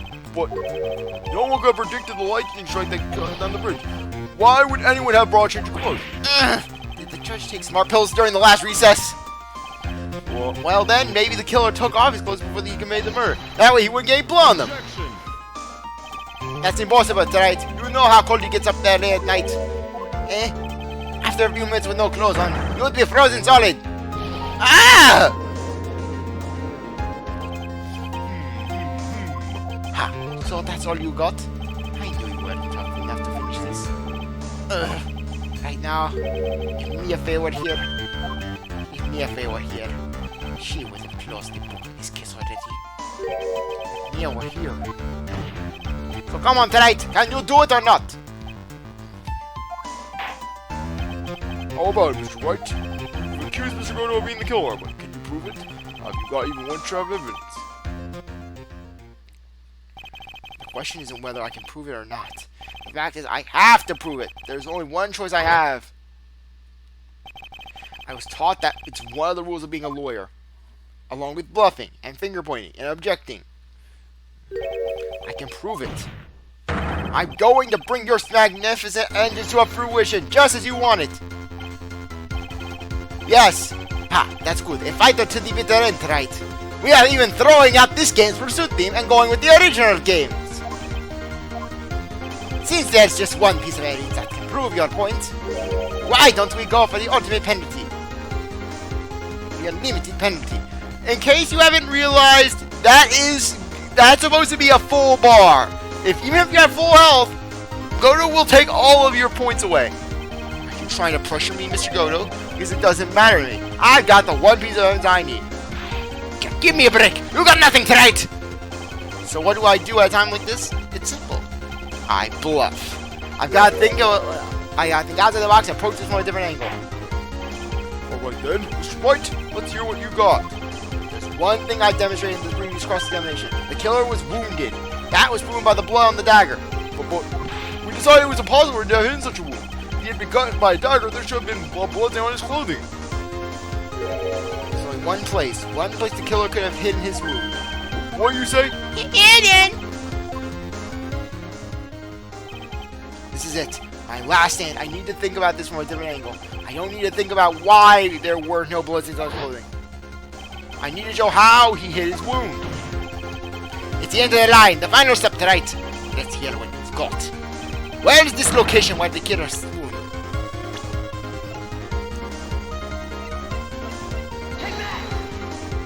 Ha! I don't know what you're talking about. And frankly, I don't need to know. What I do know is that you'll never be half the lawyer she was. Isn't that right? Right. What was that just now? Mia. It can't be. You're living on through him. Even as we speak, you're still eyeing the wound.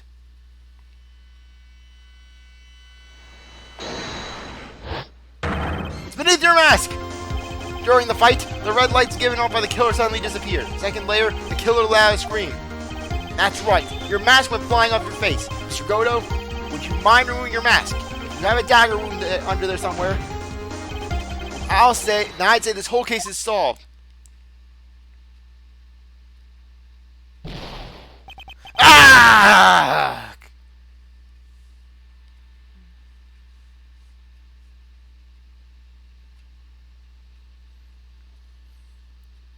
And we did it. We won.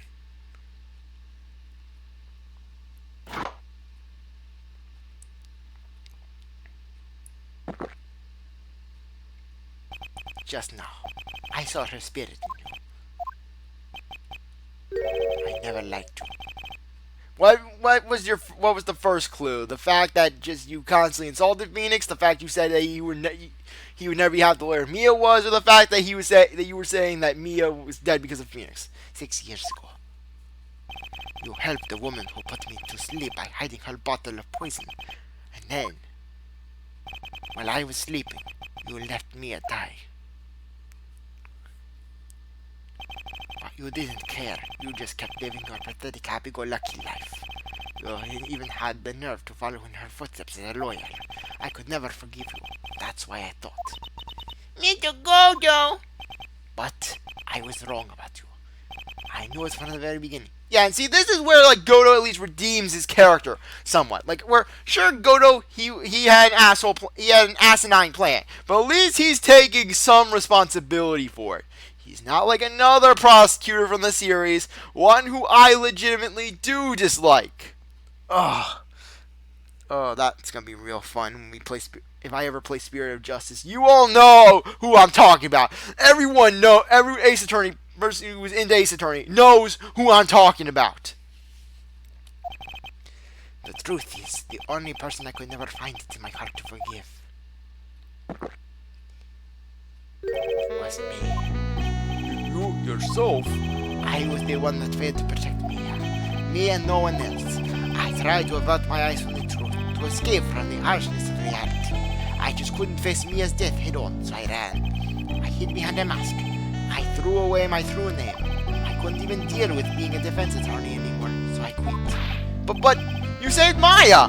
By threatening her life, of course. Yeah, that was my plan. Up until just now, anyways.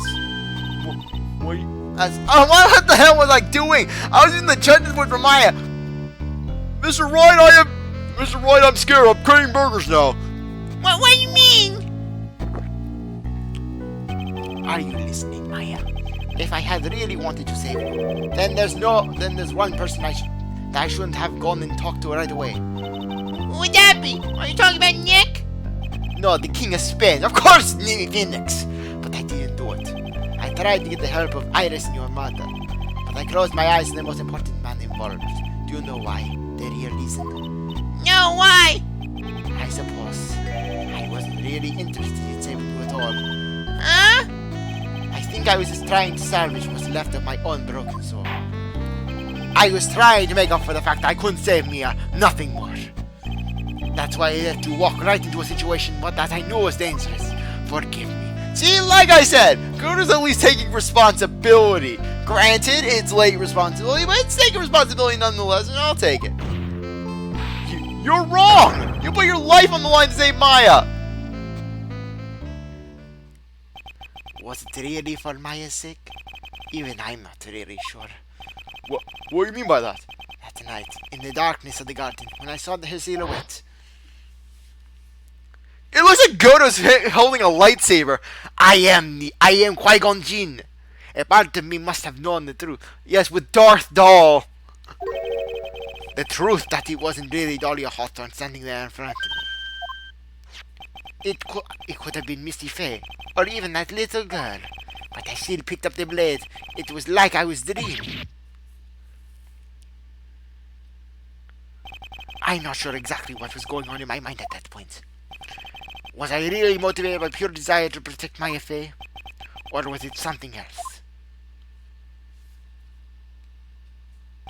Was it my hatred for a woman who had stolen everything from me 6 years ago? Could it have been simply a desire for revenge? And now, I don't know anything anymore. I did learn something today, however. I finally realized that I was the arrogant one. I was just chasing an illusion, a fantasy. The stupid fantasy of defeating you in the courtroom. You were the one who made me realize my folly. You never ran away from me as death. Instead, you picked up where she left off. As a true defender of the people. In that one moment, I understood everything.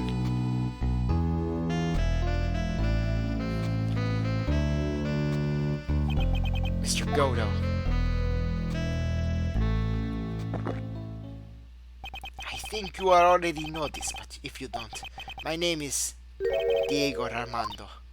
Mr. Armando! I believe in you. I know you were trying to save me by risking my life and killing my mother. Thanks. Your wound, it's bleeding. Ha! Did you forget already? In my world, the color red does not exist. These must be my tears. Tears? Ever since I woke up from my coma, I think I've been waiting for this very moment. Mr. Armando! You do well to remember this, Maya. The only time a lawyer can cry is when it's all over. Now I shall go off to the great beyond. Vámonos! Alascante, amigo! This time, it really is all over, isn't it? Defendant? Yes, Your Honor. Although you weren't directly involved in the murder, tampering with the body and the crime scene is a serious offense in itself. I understand, Your Honor. Mr. Armando clearly explained. Mr. Armando explained that to me very clearly. I knew the risk and I willingly cooperate anyways. Very well. Before I hand out my verdict, is there anything you'd like to say? There is one thing. I'd like to say something to Mr. Wright. I want to apologize to you Apologize to me? For what? for the case 6 years ago. Of course.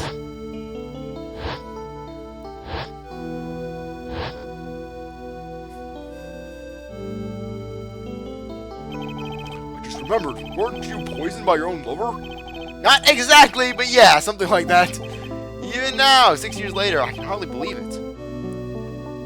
She was going to do it. She was planning to kill me. It's not all that surprising. The two of you hardly knew each other. Huh? What do you mean? You're my sister. You only met twice. Huh? What? We only met twice? The first time you met was on that fateful day. The day she poisoned Mr. Armando in the cafeteria of this very courthouse. The next time you met was 6 months later. You met her again on the day she stole your cold medicine. And Doug Swallow was killed. No way! It can't be true! I mean, during our whole relationship, we were... For those 6 months, the woman that you thought was Dahlia Hawthorne wasn't actually my sister. Huh? It wasn't Dahlia. I hope one day you can forgive me. Feeny. Yeah, that's right. Iris was the Dahlia that Phoenix was dating. And considering that Iris, I don't think Iris used the restroom when she was trapped in the sacred cavern. So, really, Phoenix may have been onto something when he said that she didn't poop. I mean, I'm just saying. You mean, yes, and Iris made him that ugly pink sweater. Thank you, Iris. You hurt our eyes. You traumatized us for life. That's right. I lied to you. For 6 months. But why? Why would you do such a thing? Ever since she gave you the bottle that day, my sister was trying to get back as soon as she possibly could. Because of the police investigation and their surveillance, she couldn't move about freely. So that's why you... My sister, from the beginning, she was prepared for the worst. Prepare for the worst? She thought that you might somehow discover the truth. That's why she was always ready to deal with you at a moment's notice. This was College Feeny we're talking about. The guy who literally voiced on the witness that my dolly doesn't poop. Literally, I don't think that Phoenix would be able to discover that the sky is blue without someone telling him, let alone what Dahlia's plan was. You mean she was ready to kill me, don't you? She already had so much to answer for. I didn't want any more sins on her soul. What's plus 1 to infinity? Infinity plus 1 is still infinity. I begged her not to do it, and she agreed to give me a chance. And that's why you came to me. You came to get the bile bending back from me in her place. I couldn't get you to give it back. I failed at something even as simple as that. 6 months passed and I still couldn't get it back from you. Finally, my sister couldn't wait any longer. She had consulted me about her plans for you that day. It was the first time that had ever happened. That was a bit strange, wasn't it? Up until that day, you two were partners in crime, and she would confer with you. I think she must have noticed Notice what? my feelings for you. If I had found she was planning to kill you, I would have done whatever necessary to stop her. Yes, and how I'm just imagining like some cat fight between Iris and Dahlia. Like, you know those Peter versus chicken fights in Family Guy? Like something of that scale. Just Iris and Dahlia just fighting each other like on a helicopter. Even if it meant her life. Or mine. Iris. It's like half a year by your side. My feelings towards you, they changed. I have something to say to you too. Yes? You really are the person I always thought you were. Even after Dahlia Halton was found guilty, I still believed in you.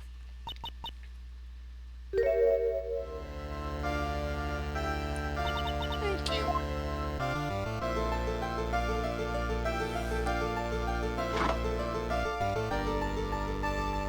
How many cups of darkness have I drank over the years? Even I don't know. I'll tell you what that though. Right now, this one here is the greatest cup I think I've ever had. Don't you think so? Phoenix, right? Yeah, Phoenix drinking coffee himself and not basically getting it on his head. Yeah, I think you're right. I think it must feel especially good it not being on your head, Phoenix. The purpose of this trial was to rule out on the victim at least distant. At some point, I expect you will be tried for your role as an accomplice in the case. I understand, Your Honor. Very well. On the charge of murder, I hereby find the defendant not guilty. Court is now adjourned.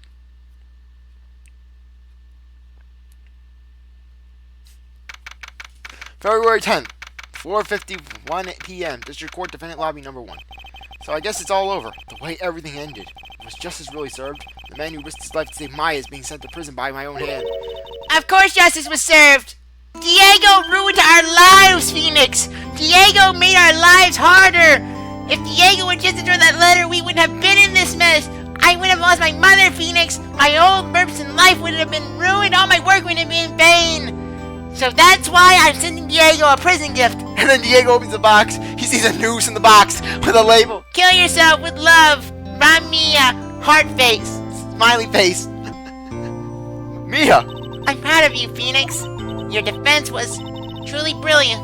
But I couldn't save Mr. Armando, the man who cared so deeply for you. You're wrong, Phoenix. The man couldn't be saved at all, period. He was gone, Phoenix. He was gone. You did see Diego. You saved him in the only way possible. You mean, with that verdict? I think one day you'll understand, too. Phoenix, I want you to remember one thing. You were as good out there today as any defense lawyer could ever hope to be. There's nothing more you can learn from me. Mia! You've accomplished something I wasn't able to. I owe you a great deal. Thank you. Mia. Oh yes, and I love how DL6 is completely disregarded. Or, like, the case that Mia basically ruined Mia's family's lives. And And then, very well my turnaround, in which Phoenix managed to get unguarded guilty verdict and save Maya. That's nothing from here. This is the true epitome. Boiling Godot. Boiling Diego. I sure hope me again someday, Phoenix. Now stop calling me every chapter. I've handled a lot of cases and seen a lot of things. And along this journey, I found myself asking just one question. What does it really mean to defend someone? I suppose today's case produced one possible answer. Bugger! Nick! Maya. That's just like my sister. Your sister? Mia? No, your sister, Judy. That night when I told Nia to get her advice on what to do, that is what she wrote back on my notebook. Don't worry, Phoenix will save everyone in the end. Or fail miserably, and will take you laugh at him. But... Come on, cut it out with the gloomy face. Can't you see? Me, sis, and I'm sure Ira too. We owe you for everything you've done for us, Nick. Sorry. Thankfully, I could take a nice long break from voicing Maya. I swear, I never thought this voice would haunt me so much. Maya, how can you be so bright and chipper after all this happened? You were brutally attacked. You even saw your mother murdered. Yeah, ouch! Francisca! Still as softy as always, Phoenix Wright. Excellent work, Wright. I'm in the Edgeworth. When do you get back? Oh, that's right. I guess no one filled her in on that. Edgeworth and Francisca have actually been helping me. Helping you? If these two hadn't been there on the first day of the trial, the defense wouldn't have gotten anywhere. Wow, but where were you, Nick? I heard he fell into a river and caught nasty cold which forced him to sleep all day. Yes, he laid in bed shivering from his fever with Iris's hood pulled over his head. Oh, ouch! Talk about real embarrassing, Nick. You definitely need more training. Anyway, thank you, Mr. Edgeworth. And you too. Francisca. I don't suppose there's room for me in this group hug, is there? Oh, Larry! What's the, longer than usual face? I love how Viola, her entire character arc just gets dragged to the dirt in this one moment. This is just Capcom's beautiful music association at work here, where basically, first we had it where King Wada's death was equivalent to a socially awkward mole, and now we get Viola, who basically was battling these conflicting feelings of basically knowing the fact that this one guy was only being kind to her out of fear of her grandfather, but yet saved her life, and yet now it's being equivalent to Larry. Just literally, just drag Viola. Why didn't you just go over, drive over to Tender Lender, and just kick Viola in the face? Just punch Viola in the face. What's with the? Oh yeah, I read that. I realized something when I was reborn. I realized that Larry was never of any use to anyone, not even once. That's not true, right, Nick? Well, Larry was useful to Red. Why? I mean, without Larry, how would Red have had a weapon to kill Mia? He would have had to resort to something else. Wow, that was actually surprisingly dark. What, you're asking me? Well, Nick, is it true? I've got a place in this world, right? Yeah, of course. I knew it. Everyone would be better off if I were gone for good. And then Francisca raised her hand. I second that, Edgeworth, and I thought it. Sorry, Larry, but it's the truth. No. Oh yeah, those portraits you painted. They were something. They were really good. Is that right, Edgeworth? What? Me? I'm not going to lie to Larry, right? Why are you trying to get that face, huh, Itchy? Yes, indeed. I certainly can't say that's lacking resemblance. Do you really mean it? What about you, Francie? Did I draw you up too? Yeah! My beauty can't possibly be captured by a mere crayon. I'll punch your throat, Francisca. I have a family life killing people. Nevertheless, I recognize the effort you put into it, and that's worth something. So then you'll do it like you promised? You're gonna mile for my illustration book, Francie's Whiplash Splash! Ah! Don't get carried away! Well, how about that? I guess painting portraits is the only thing I'm good at. Painting of pearls is pretty darn good too, if you ask me. Huh? Now that you mention it, I haven't seen her around. Pearls, where could she have gone? If only she would have made a beeline for Maya. Oh, I'll go look for her. I'll be right back.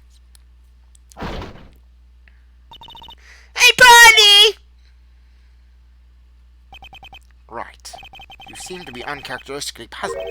I suspect you are wondering how Maya can be so cheerful despite all that's happened. Yeah, to be honest, I can't understand it either. Francisca, that's right. She lost her father fairly recently as well. I think I understand how she feels. Maya is a much wiser person than she appears, and I think she realizes something. Now is exactly the time when she needs to be as strong as she can. What do you mean by, how is exactly the time? Maya wasn't the only one that was badly wounded by this incident. In fact, there was someone that was hurt far more deeply than she. I believe it's for that person that Maya is trying to do her best not to cry. Someone who is hurt more deeply than Maya. Edgeworth, I think I'm starting to understand too. Ow! Tell me, Phoenix Wright! Who is Maya Faye being strong for? She's being strong for Gumshoe! Larry! Morgan Faye! Pearl Faye! Poor kid. After all, the reason she worked so hard to follow the instructions was because she loved and believed in her mother, Morgan. It's for the good of the Faye clan. I'm sure she believed in every last word. She thought she was doing it for Maya. That's why she was so happy. It shows how truly devoted she is to Maya. But it's a cruel irony that it was her exuberance that led to this tragedy. Maya Faye's mother was killed and Maya herself was put into the deepest peril imaginable. And that's exactly why Maya's putting on a brave face. She's doing it for Pearl's sake. Until she can see her smile again. Oh, hey! So this is what you all were. Hey, oh, Mr. Edgeworth! Is this where we're holding your sermons now? Wow, looks like we've got quite the punch today. Oh! What was that for, sorry? Sorry about that, Scruffy. My whip just seems to have a mind of its own. What's up, Detective Gumshoe? Oh, you know, this and that. Anyways, congrats on your win. Let's go out tonight, pal. Dinner's on me. Actually, it's on you. But I'm taking credit. Myself has just kind of gone down a teeny bit. But it's alright. I made resume myself. First class French restaurant tonight. Ah! Pretty good work, Scruffy. That whip was your reward. Detective Gumshoe, you said first class French restaurant. You don't mean Très bien! Where else? this is Gumshoe's final revenge. He's gonna poison Francisca and Edgeworth. I'm sorry, pal. I'm sorry, Sois. But this... Yeah, Gumshoe's cutting Francisca's back. Francisca's getting poisoned. That's Gumshoe's aim. Oh, you may laugh that you whipped me, sorry. You may laugh that you put a track on me. You may laugh that you cut my pay and made me listen to Mo the Clown. But I'm getting revenge.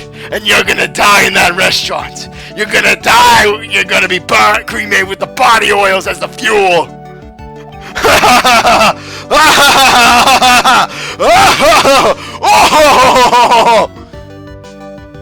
I knew it. We're doomed. Come on, let's go, everyone. Can't keep Maggie waiting, pal. Miss Von Karma's gonna die. Hey! Hey, you crybaby, you're invited too. That's what the crowd gets you in my wallet. You're dying too. Oh, forget about me. Pearl and I will be the loser shaggy potatoes. You know, Maya's taking an awful long time to get back. She's still out looking for pearls. Oh, Maya, what's wrong? Nick, what do I do, Pearly? I can't find it anywhere. Huh? I'll bet she just went back home. That's all. Can't interrupt my murder plans. I thought that you tried calling the village, but no one's heard from her. It's never happened before. As I figured, she has been badly hurt by this incident. She feels responsible for the tragedy that has befallen you, Maya. But none of this was her fault. What did I do? Detective Gumshoe, Yeah, what is it, pal? could you guys go on ahead? But what about you? I want you to witness Miss Von Karma's demise as well. She wronged you too. You guys two pals too, didn't she? Maya and I will. We'll join you guys once we find pearls. Nick, Don't worry about us, Detective Gumshoe. We may be a little late, but we'll definitely be there. We have a lot of celebrating to do tonight, and I wouldn't miss it for the world. Yeah, but you're the... Ah! Very well, Phoenix Wright. We'll go on ahead. Don't keep us waiting, Wright. We won't. but where would you think what could I have gone? Let's go, Maya. There's only one place I can think of that pearls might have gone to.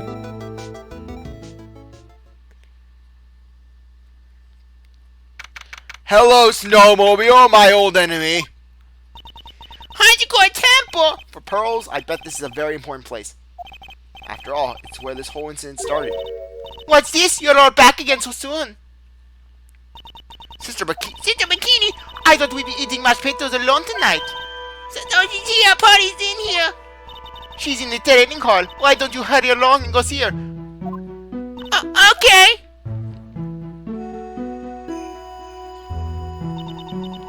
Polly's not here. Ah! Maya! The hanging scroll! Ah! Someone cleaned it off! It's gotta be Pearls. Missing Maya. Polly! Why? Why you get me like that? Missing Maya. Missing Maya. I swore that I would never trouble the two of you ever again. Because it's all my fault that Missing Maya's mother. That's why you came here? It's the least I can do to pray for your happiness. You don't have to do that, Party. It wasn't your fault. You didn't do anything wrong. The only thing you did wrong was try to not eat your burger that one time. Of course, if that my mother's gone. But now that I would say this, I'm still happy. You don't have to lie just to make you feel better. I swear sorry if my Pearl voice is off. I've just been voicing for so long. I think I've been voicing for over an hour. This is a long video, but we're doing it. We're finishing it. You know me. No, really, it's true. The only reason I'm still here at all is thanks to everyone who was here for me. My dad, my mother, Miss Armando, Nick. I love that Phoenix is 4th on the list. And you. I love you Godot is before Phoenix. If even one of you want that, I'm sure I wouldn't be alive right now. That's why. Actually, if Godot wasn't there, if Godot wasn't even involved, you wouldn't be in this incident. That's why I had to be strong. For all the people that were there with me when I needed them. That's all I can really do. Mystic Maya.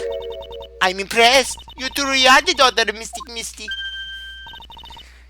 Sister Bikini. Your mother, Mystic Misty, was a strong woman indeed. That's why she completely abandoned you for 20 years. I want to tell you what she said to me that night. After dishonoring the good Nia Karain, I don't have the right to face my daughter. I don't even have the right to apologize or mourn for my eldest daughter's death. Screw Mia. Mia was nothing to me. She betrayed our family. She went off and became a lawyer. What type of hell crap is she pulling on me? But still, Maya's always in my thoughts. What, like at least once a month. Okay, maybe once every 4 months. But it's a good 10 minutes. It's true. She'll always be with me until the day I die. Your spirit was with her. That's why your mother was so strong. Even at the end, I'm sure she had no regrets. She'll always be with me until the day I die, huh? There's a rule or something all masters are to follow, isn't there? You can never take the charm off until the day you die. And that's the master talisman. The thing that Misty kept by her heart and would never take off. It wasn't the container that was important, rather, it was the contents. That's... a photo. Ah! Mother! Yeah! Oh, it's only natural for living creatures to fight to protect their own lives. But what makes us human is that we fight for others. But who do you fight for? How hard must you fight? That's the true measure of what human life is worth. We defense attorneys are warriors who are constantly challenged by that question. Yes! Apparently, breaking the sacred urn was a family tradition. Oh, I wouldn't even be surprised if Misty and Morgan broke it at some point. Even when the battle is over and the bonds that connect us are severed, we always return, time and time again. Mia, Maya, Pearls, and Mr. Armando. And Maya's mother, too. I learned that from all of them.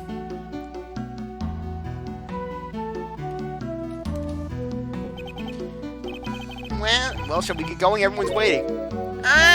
This is a day to remember. A day with a lot of things were finally put to rest. I think we should celebrate what we've overcome today. But I still get...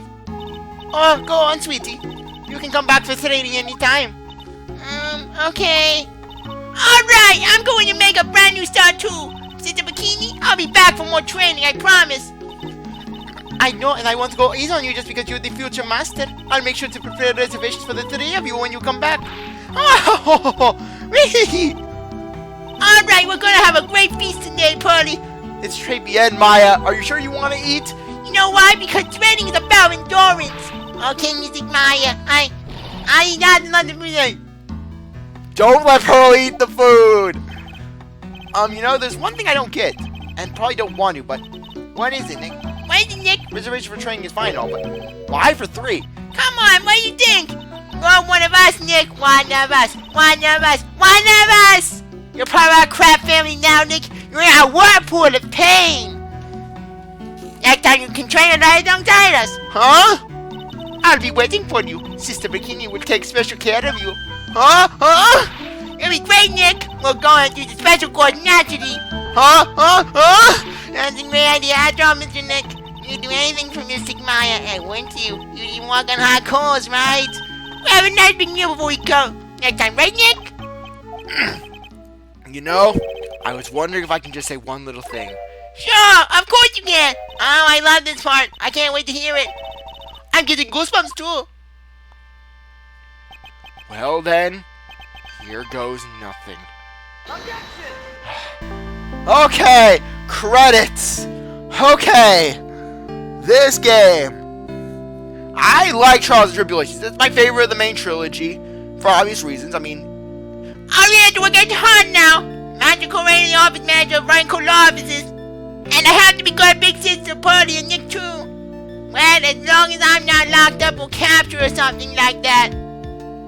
Anyways, like I said, this game takes everything the first 2 games did and just improved. Better plot movement, better chapters, memorable characters. Nope, turn out big top. Look. So it's true, Mr. Nick was missing Maya's knight shining armor. He went through with the special course all the way to the end. Actually, I heard there was a legendary extra special ultra course here too. I think I'll surprise the 2 of them by making them a secret reservation. Yeah, we had a lot of fun, but we still have more Ace Attorney. 2 games, in fact. 3 games that I'm going to cover.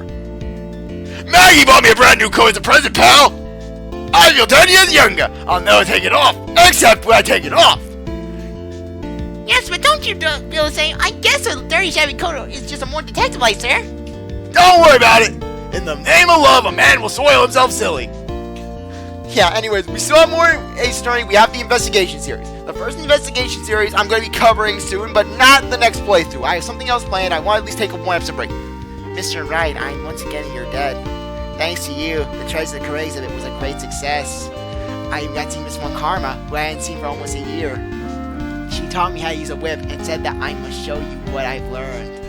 That I must follow Bestie's orders, for Bestie is the best. Yeah, anyways, the investigations games are going to be really fun, especially since we're nearing my favorite game in the series. No! Tessie and I started a company called Master of Mass Consulting! We've dedicated to stopping the evil plans of all criminals in the city. Carmano is coming out, please! Very cute, huh? Well, we also sell plans to the criminals as a kind of side business. We fuel the cycle. I wonder if that's okay. Sometimes I think maybe we're the worst criminals. Oh God, I forgot for a second Rock came back to torture us. But the first investigation game, it's a pretty good game because we're going to be playing as Edgeworth. It's going to be magical. Mr. Wright, I want to thank you for exterminating Don T. Gray. I returned the $5,000 along with the tea set. A special nicotine, one that I mixed with my own 2 hands. I bet he's drinking it now. When through compromise.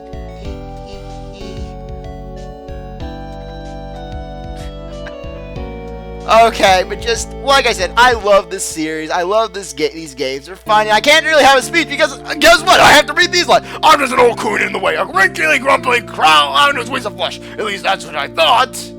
Well, my grandkids had a birthday party the other day. Talking about embarrassing. 69 years old and I cried like a baby with a dirty diaper. Like I said, I can't voice anything because guess what? I have to read the voices. It's my compulsion. As usual, we have an abundance of work to do. We've hired a new programmer to replace Glenn Elk. I do hope everyone will get along. His name is Adamada. He is a palindrome name. As soon as I heard his name, I knew our brain circuits would align perfectly.